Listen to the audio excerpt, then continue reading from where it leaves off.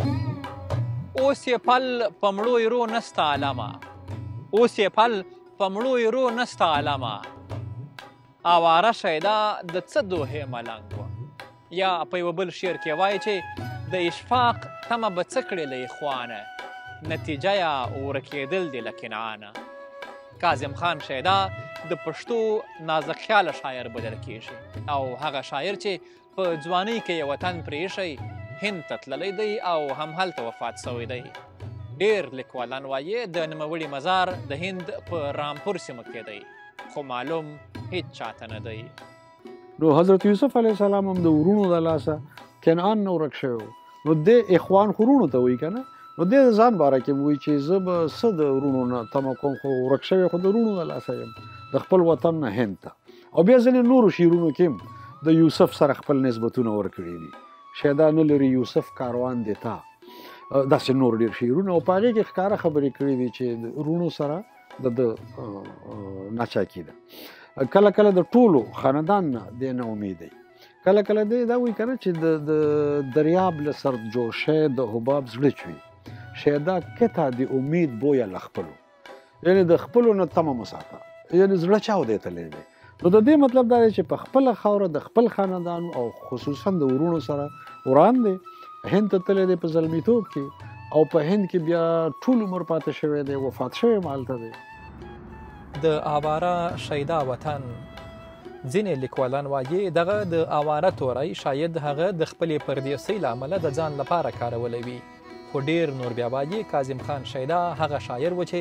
خپل فردي شخصیت یې په شعر کې فنا سوی دی. د شیدا کمال دا دی چې د هغه د شعر بنیادي جوهر چې دی هغه تخیل دی، او هر هغه شاعر چې هغه د خپل شعر دپاره تخیل د یو مرکزي جوهر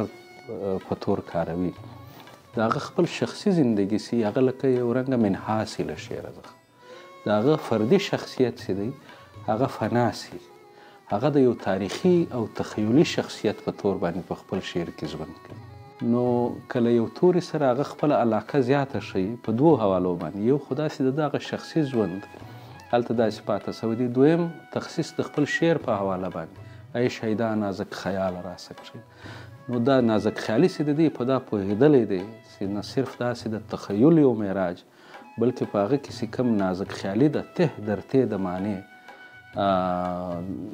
عناصر موجود دي، په هغه دی په خپله ماګاه دی، نو هغه هم ځای په ځای باندې ځان ته راجع کړې ده په شعر کې هم. په پښتو کې لا هم ډېر داسې لیکوالان شته چې وایي په کاظم خان شیدا پوهېدل ګران کار دی، خو ډېر لیکوالان بیا وایي هغه په خپله هم ویلي چې د شیدا طور یو څه مشکل پسند دی.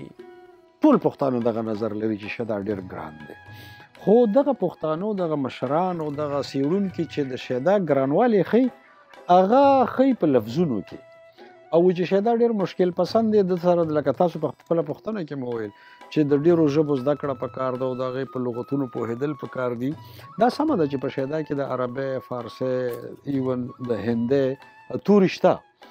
خو د شیدا مشکل پسندي دغه تورو ته راوړل دا شیدا سره زیاتې بولم، داسې نه ده. د شیدا مشکل پسندي چې ده د هغه په ټکنیک کې ده، د هغه په شاعرانه فن او هنر کې ده، د هغه په علامتونو، استعارو، تشبیهاتو راوړلو کې ده، د هغه د شعر په لوړ معیار کې هغه مشکل پسند دی. او شیدا خپله دا اشاره کړې هم ده چې د شیدا طور یو څه مشکل پسند دی، نو هغه طور ته اشاره کوي، اسلوب ته اشاره کوي، خپل ټکنیک ته اشاره کوي چې هغه یو څه مشکل پسند دی. کاظم خان شیدا چې د هند په رامپور سیمه کې یې د ژوند ډیره برخه تیره کړې، لیکوالان وایي هلته یې په خپل وخت کې ډیر لوی مقام ترلاسه کړی او د هغه وخت تذکره نګارانو یې د ډیر لوی شخصیت په حیث ذکر کړی دی.